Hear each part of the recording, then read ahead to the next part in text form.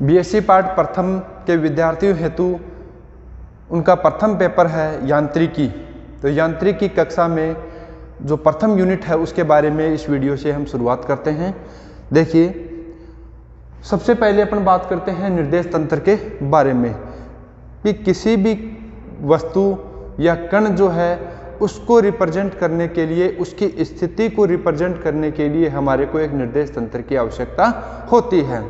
तो उस निर्देश तंत्र की आवश्यकता से पहले हम ये बात करते हैं कि जो वस्तु है वो स्थिर है अथवा गतिशील है। तो देखिए, किसी भी कण की दो प्रकार की अवस्थाएं हो सकती है, स्थिर अथवा गतिशील।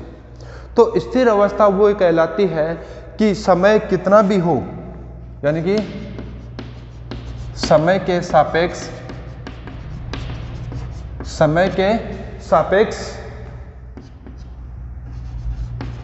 कण की स्थिति में परिवर्तन नहीं होता है।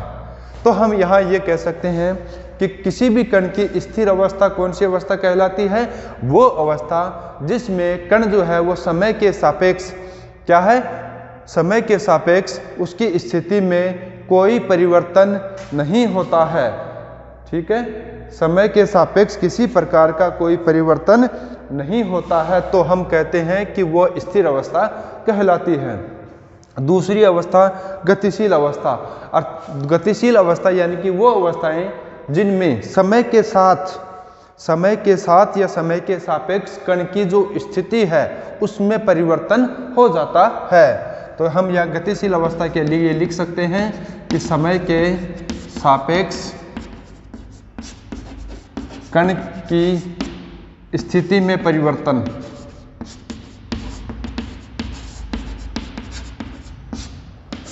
यदि होता है तो वो गतिशील अवस्था कहलाती है, नहीं होता है तो वो स्थिर अवस्था कहलाती है। ठीक है, अब इसके बाद में बात करते हैं निर्देश तंत्र की।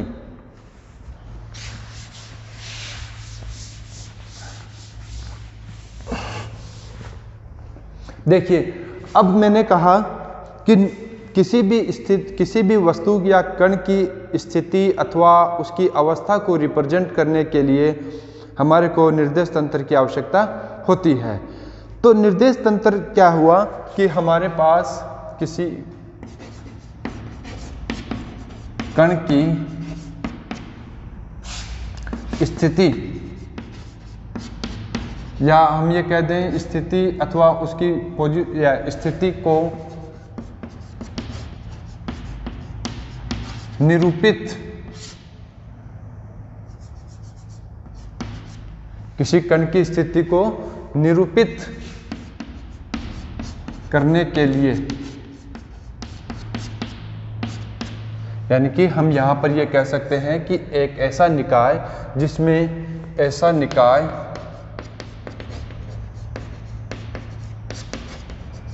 जिसमें किसी कण की स्थिति को निरूपित करने के लिए या किसी कण की स्थिति को निरूपित करने के लिए एक तंत्र की आवश्यकता होती है,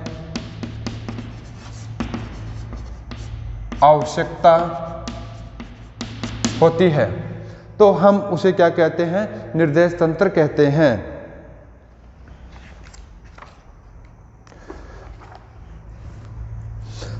इसको हम दूसरे डेफिनेशन इस प्रकार से भी कह सकते हैं कि एक ऐसा निकाय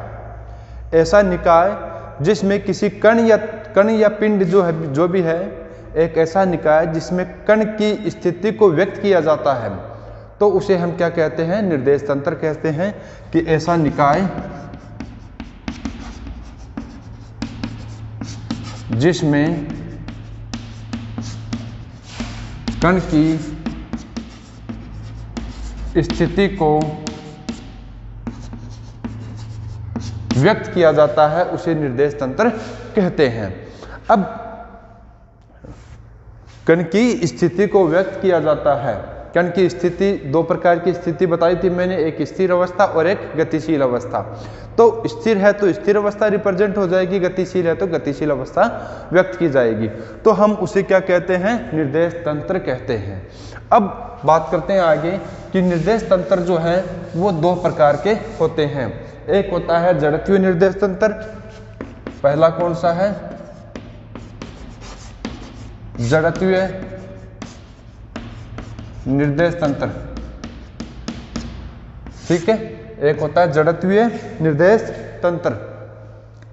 अब देखिए जड़त्वीय निर्देश तंत्र हम इस प्रकार के निर्देश तंत्र जिसमें कण की गति बाह्य बल की अनुपस्थिति में त्वरण रहित दिखाई देती है, उन पर ऐसे निर्देश तंत्र को क्या कहते हैं, जड़त्वीय निर्देश तंत्र कहते हैं। तो हम यहाँ डेफिनेशन इस प्रकार से लिख सकते हैं, ऐसे निर्देश तंत्र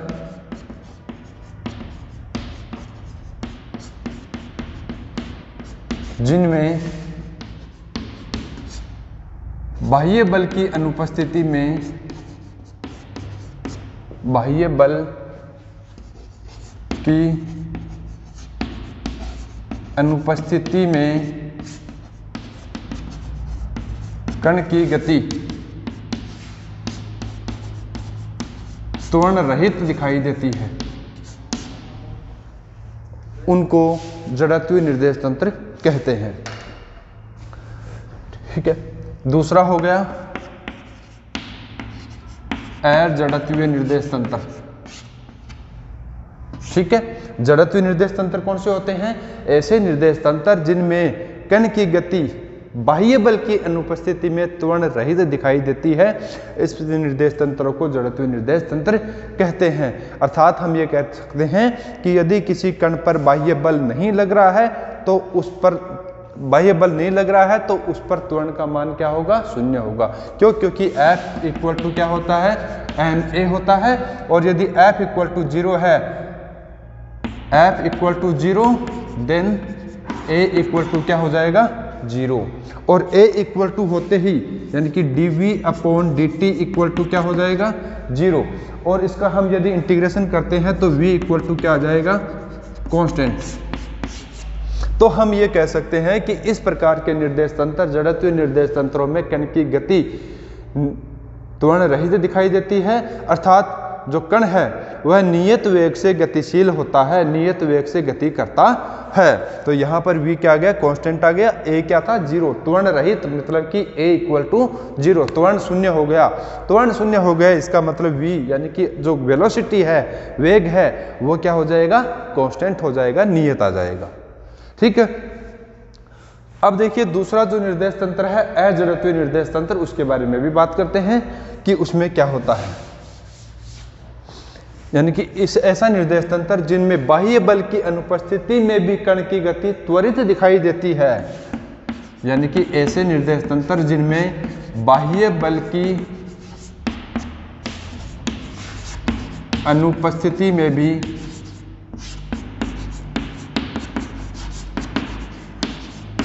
कण की गति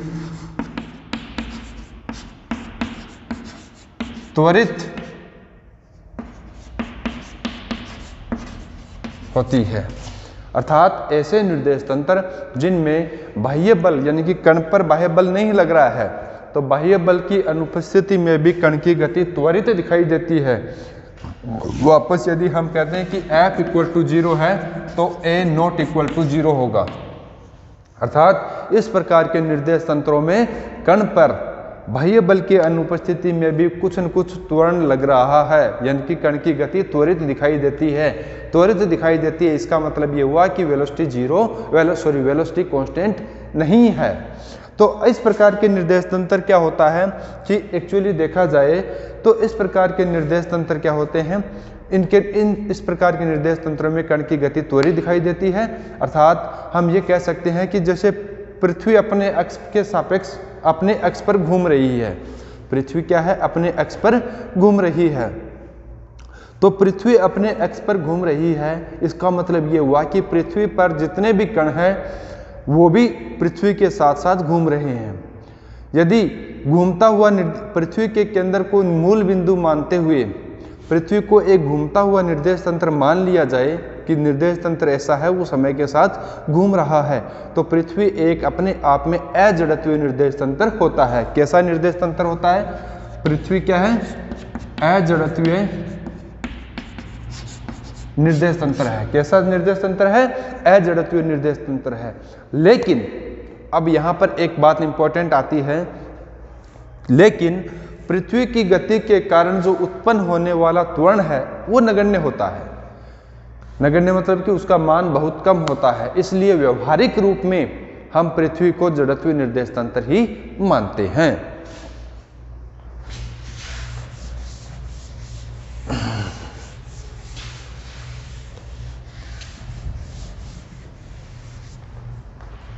अब बात करते हैं रूपांतरण समीकरणों के बारे में, यानी कि हम निर्देश तंत्रों के बारे में बात कर रहे थे, तो हम अपने बीएससी पार्ट फर्स्ट में ज़्यादा मोस्टली सभी जगह पर हम कार्तीय निर्देश तंत्र का यूज करेंगे। कार्तीय निर्देश तंत्र यानी कि ये आपका एक्स एक्सिस हो गया, ये वाई एक्सिस हो गया और ये क्या हो गया? जेड एक्सिस हो गया। ठीक है, ये इसका मूल बिंदु है। इस प्रकार के निर्देश तंत्र को क्या बोलते हैं? कार्तीय निर्देश तंत्र बोलते हैं। कार्तीय निर्देश तंत्र। ठीक है, अब यदि मैं ये कह दूं कि कोई कण यहां पर है, किसी कण की स्थिति कहां पर है? यहां पर है, P बिंदु पर कोई कण स्थित है, तो इसको यदि मूल बिंदु से मिला दूं तो ये क्या हो गया? वेक्टर R हो गया। यानी कि इस बिंदु P बिंदु पर यदि कोई कण स्थित है तो उस P बिंदु को यदि मूल बिंदु से मिला दिया जाए तो यह उस बिंदु का स्थिति सदिश कहलाता है। अब यहाँ देखिए, ये एक्स एक्सिस हो गया, इसकी डायरेक्शन में एकांक सदिश आई कैप लिया जाता है, वाई डायरेक्शन में जे कैप लिया जाता है, इस डायरेक्शन में के कैप लिया जाता है। तो इस P बिंदु का